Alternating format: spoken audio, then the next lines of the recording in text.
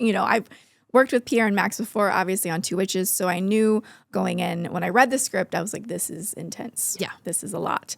But I knew going in that they are the loveliest, kind filmmakers, and they would make the set so safe and comfortable. We're safe again, but safe for me to go to those places. Working with Sean O'Brien, who I'd worked with on The Veil before, who plays my dad, we have some intense scenes together. Very, very intense scenes. And knowing him before just made me feel comfortable knowing that he's respectful, he's kind, he's a generous actor. So it never felt on set, it never felt weird or uncomfortable.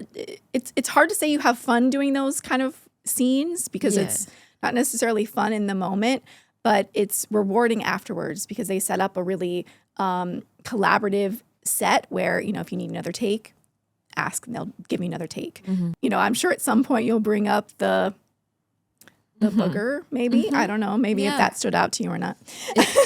There's a lot of things that stood out to me, but let's talk about the booger too. Yes. That came from another take. We had finished the scene. We were going to move on. And I said to Pierre, I think I need one more. I think I would like one more try at this scene. Yeah. And he said in interviews, he's like, we're running behind, but he's like, I'm going to give it to her.